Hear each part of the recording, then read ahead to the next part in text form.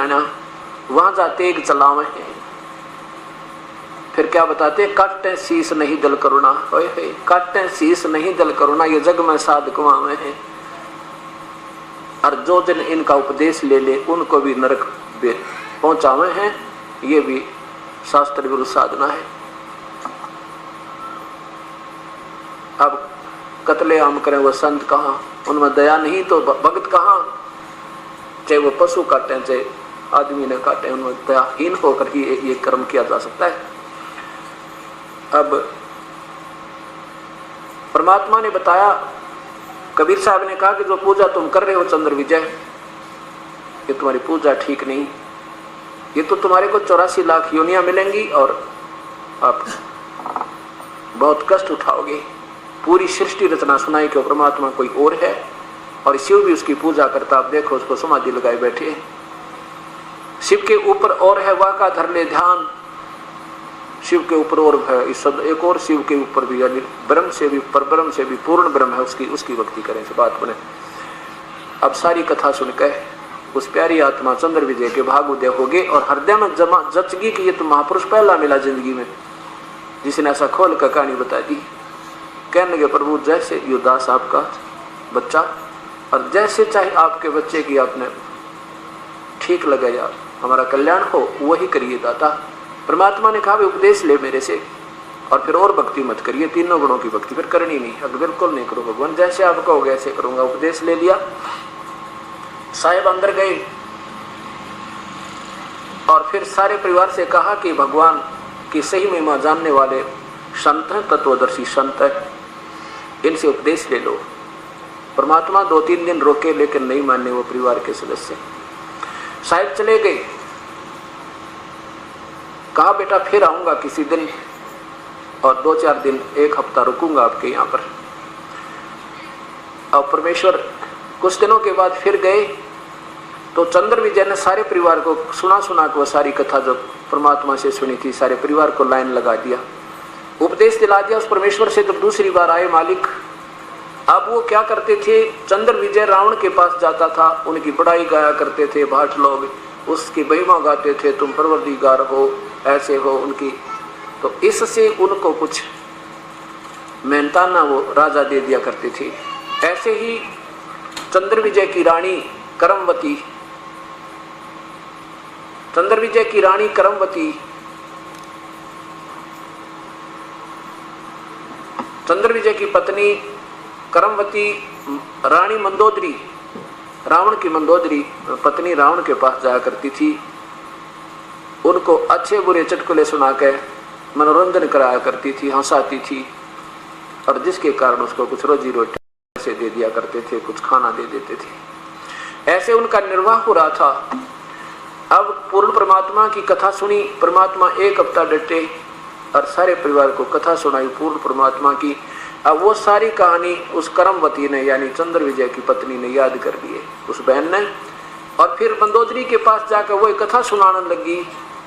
अब मंदोदरी कहने लगी करमवती तू पहले वाली नहीं रही, तेरे अंदर तो मेरा भूस भरा हुआ था, ये बढ़िया बढ़िया बात तू लाई कहाँ से, इतनी अच्छी बातें तेरे मन आई कहाँ से तेरे पास, तो सारे दिन में एक भी सुथरा बात नहीं कहा करती, सारा दिन मजाक किया करती थी, आज तो इतनी सीरियस होगी, इतनी गंभीर होगी, तो ये कहानी क्या है मुझे सारी खोल बता दे। तब उन्होंने बताया कि मंदोदरी हमारे घर पे हमारे गुरुदेव आए थे, उन्होंने जो कथा सुनाई वो मैं तो आपको सुना रही हूँ। मंदोदरी को भी ऐसे बताया कि ये तीनों गुणों की पूजा पूर्ण नहीं है, ब्रह्म और परब्रह्म तक की पूजा को भी रिजेक्ट किया है, मना किया है वेदों में, और वो पूर्ण परमात्मा आए थे, उन्होंने बताया सारी सृष्टि रचना सुनाई, ऐसे ऐसे है, ये काल का जाल है, ये ब्रह्म ज्योति निरंजन है, ब्रह्मा विष्णु महेश इसके पुत्र हैं, दुर्गा इनकी माता है। मंदोदरी कहने लगी अब के जो तेरे गुरुदेव आवे तो मेरे पास बुला कर लाना, मैं उनसे 2 बात करूंगी। अब उस करमवती ने कहा देखो वैसे तो आपका आदेश सिरोधार्य है रानी, मैं आपकी नौकरानी, आप मेरी महारानी, लेकिन एक मेरी अर्ज है, कहते संतों को बुलाना नहीं चाहिए और स्वयं जाना चाहिए उनके दर्शनार्थ। यदि मैं बुला भी लूंगी और मैं कह दूंगी वो आ भी जाओगे और वो सोचेंगे कि रानी ने अपना एक आदेश देकर मुझे बुलाया, हर आ भी जाओगे, रजा नहीं बख्शेंगे तो उनका आना व्यर्थ है, आना और ना आना बराबर हो जाएगा। इस बात से मंदोदरी पुण्यात्मा कहने लगी, बहन फिर मत बुलाना, जब वो आए आपके गुरुदेव तो मुझे संदेशा दे देना, मैं आप आ जाऊंगी। परमात्मा पहुंचे उन पुण्यात्माओं के कल्याणार्थ। करमवती ने बता दिया कि मंदोदरी गुरुदेव आए हैं, आजा दर्शन कर लो। मंदोदरी पता लगते ही पहुंच गई और कथा तो पहले सुने रखी थी उस करमवती के मुख में, और फिर देखे किए दर्शन उस परम पिता के, अपनी प्यारी आत्मा को चुंबक की तरह खींच लेते हैं मालिक। मंदोदरी एकदम आसक्त होगी कि भगवान ये तो परमेश्वर आए हैं। इनके दर्शन करते ही सारे शरीर में गदगद हो रही है, बड़ा आनंद आ रहा है।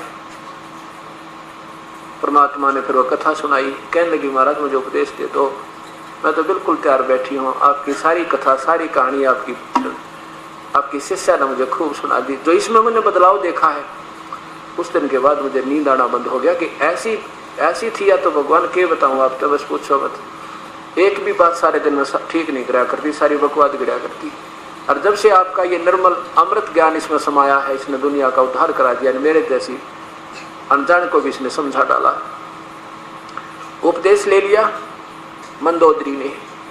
फिर अपने देवर विभीषण से कहा कि विभीषण कल्याण करवा ले, कोई समय आया है, पूर्ण परमात्मा के पूर्ण नुमाइंदे संत आए हैं। और ऐसी ऐसी वो कथा जो उसने सुनी थी मंदोदरी ने, वो सारी विभीषण तो बताई। विभीषण कहने लगा फिर मैं क्यों छोड़ दिया, आपने मुझे भी नाम दिलाते। तो वो कहने लगी मैंने सोचा रावण का भाई है, कहते ना माने, चलो इब के आवेंगे गुरुदेव तो मैं जरूर नाम दिलाऊंगी। कहने लगे ऐसी बात नहीं है, हमने तो परमात्मा चाहिए। अब तीसरी बार प्रभु गए तो विभीषण ने भी नाम ले लिया और अपना कल्याण प्रारंभ किया। इतने में क्या किया उस रावण नीच आत्मा ने, वनवास में जब श्री राम 14 वर्ष का वनवास बिता रहे थे, चित्रकूट से सीता का अपहरण किया। उस सिद्धि का बल पाकर जो श्री शंकर जी भगवान शंकर से प्राप्त हुई थी, और ये दुष्कर्म कर डाला। अब मंदोदरी ने बहुत समझाया अपने पति को कि आप ये ऐसा जुल्म क्यों कर रहे हो, पराई स्त्री को क्यों उठा लाए आप, लेकिन नहीं माना। एक दिन कबीर परमेश्वर से प्रार्थना की मंदोदरी ने कि प्रभु मैं तो अपना दुख आपके सामने रो सकती हूँ, ये मालिक मेरे पति ने बहुत गलती कर रखी है, ना जाने किसी नादान और किसी औरत को, जवान औरत को उठा लाया है, ये मालिक मेरी मानता नहीं, वो आप दया कर उसको सद्बुद्धि आवे। तब परमात्मा ने कहा बेटी ये आम औरत नहीं है, ये भगवान श्री राम जो है भगवान विष्णु अवतार आए हैं, और ये सीता जो है ये लक्ष्मी का अवतार है, ये आम औरत मत समझना। इसको समझा दे हिंदी में, अपने सीधी भाषा में कह दे, हाथ जोड़ दे, पैर पकड़ दे उस त्रिलोकी नाथ के, जैसे न अपना कुल चाहिए तो अपना जस खैर चाहता है। तो मंदोदरी ने फिर कहा कि रावण ये आम औरत नहीं है, ये तो इस 3 लोक का भगवान है, ये रामचंद्र जी और विष्णु अवतार हैं। कहने लगा कि मंदोदरी तू पागल होगी, तेरी बुद्धि तेरे गुरु ने खराब कर रखी है, मैंने ऐसे लगता है। ये जंगल में मस्करा फिर रहा है, दोनों भाई शिकार करते फिर उनसे मुझे डराती है, और ये भगवान है जंगल में फिर बरकता। चुप रहे, फालतू मत बोले। बहुत कहा, पैर भी पकड़े, रोए भी, गिड़गिड़ाई भी, और वो ज्ञान सुनाया परमेश्वर का जो पहले सुन रखा था, लेकिन नहीं माना। एक दिन परम पिता से प्रार्थना की अपने गुरुदेव से, गुरुदेव मैंने बहुत प्रार्थना कर ली रावण से, पर एक नहीं मानता मेरी, आप एक बार मालिक आपसे प्रार्थना करती हूँ, एक बार आप उससे कहो, आपका आदेश, आपके शब्द में शक्ति, वो मान जाएगा। परमात्मा ने कहा बेटी ठीक है मैं कह दूंगा, पर वो मानने नहीं, उसकी बुद्धि भ्रष्ट हो ली, क्योंकि उसने भक्ति ऐसी कर ली, अब उसमें नशा हो गया, शराब पी ली 3 गुणों की भक्ति की, और अब वो मानने को ना बेटी। मंदोदरी कहने लगी गुरुदेव आप बिल्कुल ठीक कह रहे हो, एक बार आप कह दोगे ना मेरी आत्मा ने संतुष्टि हो जाएगी, फिर मैं जिंदगी भर उसको नहीं कहूँगी, वो मानो चाहे मत मानो। फिर नहीं, मेरे मन में ये एक कल्पना बनी रहेगी, एक भटकना बनी रहेगी, भ्रमणा, कि अगर गुरुदेव कह देते तो मेरा स्वाग नहीं उजड़ता। इस बात को सुनकर परमेश्वर कहने लगे बेटी ये तेरा ये भी भ्रम निवारता हूँ और जाता हूँ एक बार। कबीर परमात्मा पहुंचे, रावण के दरबार के सामने खड़े हुए पहरेदारों से कहा कि द्वारपाल मुझे अंदर जाने दो। द्वारपालों ने कहा क्या करोगे? कि रावण से मिलेंगे हम, कोई जरूरी काम है।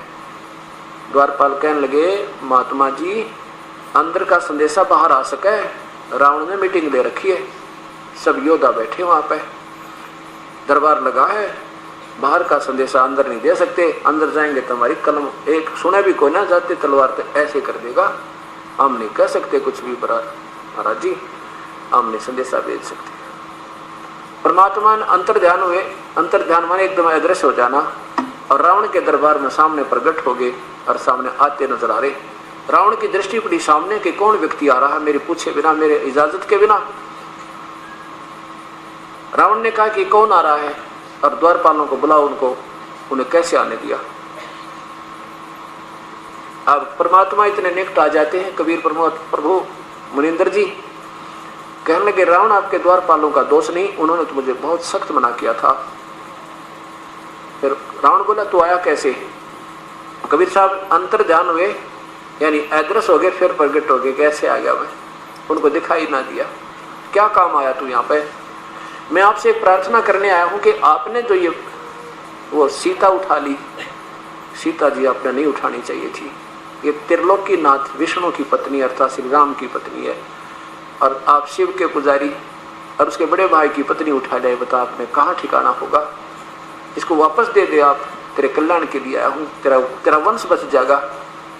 रावण कहने लगा तुम दिखता उनका उन जंगल में फिरने वालों का कोई, यानी उन्हीं का खैर खवा नजर आता, उनका चमचा, और कहने लगा तू मेरे को शिक्षा की जरूरत नहीं, और तुम आया कैसे यहाँ पर? कबीर साहब कहने लगे परमात्मा ने कहा रावण तेरी बुद्धि भ्रष्ट होगी, इस अक्षणिक सुख न पाकर तो फूला नहीं समा रहा, भूल गया ये 2 दिन का जीवन है, ना जाने कहाँ तेरी दुर्गति होगी। रावण कहता ज्यादा मत बोले, मैंने मृत्यु पर विजय पा रखी है, मैंने ऐसे कर रखा, मैंने ऐसे कर रखा है, भगवान शिव की साधना कर रखी है, और यहाँ से शीश चढ़ा करके राज प्राप्त कर रखा है। इतना कह करके कबीर साहब बोले ये तेरी अपनी सोच है नादान, तेरा तो विनाश निकट है, या तो वापस कर दे। त्रिलोक की नाथ की पत्नी ने अब इतनी बात कही, जब निकाल कर तलवार और स्टेज से इतनी दूर को जंप किया, योद्धा एक नंबर का, ऐसा तगड़े शरीर हुआ करते, और लेकर तलवार परमात्मा की गर्दन काटने के लिए, और लाल आंखें करके, क्योंकि तमोगुण का उपासक पीवत कम से कम 2 मन शराब एक वे और मांस खावे, और लेकर तलवार, और ऐसे परमात्मा को मारने के लिए 70 वार करे अंधा दूध होकर, 70 अटैक किए ऐसे, और परमेश्वर एक सीख ले गए थे, झाड़ू की सीख, जो झाड़ू की सीख होती है ऐसी, वह ऐसे कर दी, लेके 1 सेकंड में ना जाने के कर दे भगवान, ऐसे कर दे, उस सीख के ऐसे 70 तलवार मारी, अंधा होकर, क्रोधित होकर, क्रोध में पागल होकर पसीना पसीना हो गया। रावण जैसा योद्धा श्री रामचंद्र के बाद में दूसरा नंबर आता है,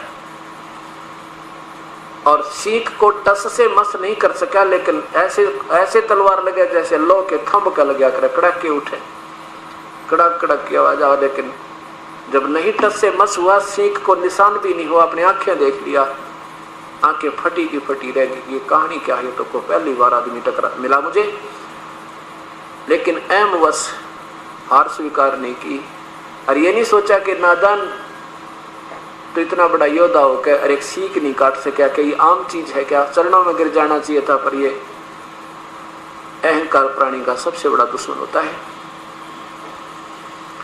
चाहे किसी को राज का हो, किसी को धन का हो, किसी को संतान का हो जाए, चाहे किसी को अपने पुण्य धर्म का हो जावा, ये अभिमान से प्रभु दूर हो जाता है। पसीना पसीना हो गया, पसीना पोंछते पोंछते अपने स्टेज पर बैठ जाता, कहता तू जा चाहे मत जा, मैंने तेरी बात नहीं माननी, ये तो देख लिया कि मरने वाला नहीं है। परमात्मा कहने लगे ठीक है रावण, हम जाते हैं, पर विचार कर लेना इन बातों पे, तेरे कल्याण के लिए आया था मैं। प्रभु ने जाके बताया कि मंदोदरी बेटी वो नहीं मान रही, बिल्कुल मेरी एक नहीं सुनी।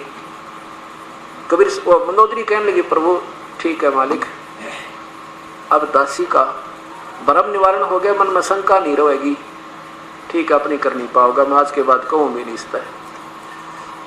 अब सामने आ विभीषण मंदोदरी से कहने लगा आज तो गुरुदेव का काम कर दिया था भाई ने, ऐसा जुल्म मैंने नहीं देखा, इतना क्रोधित होकर और परमात्मा की तरफ कहते 70 वार करे मंदोदरी और सीख का निशान भी लिया। गुरुदेव ने सीख ऐसी कर दी थी। मंदोदरी बोली के जाने बा नादान इस क्षणिक सुख न पाके और फुल्ला नहीं समाता, इस प्रभु की महिमा भूल गया, अब कैसे समझाऊं विभीषण, में तो खूब पचली मानता नहीं।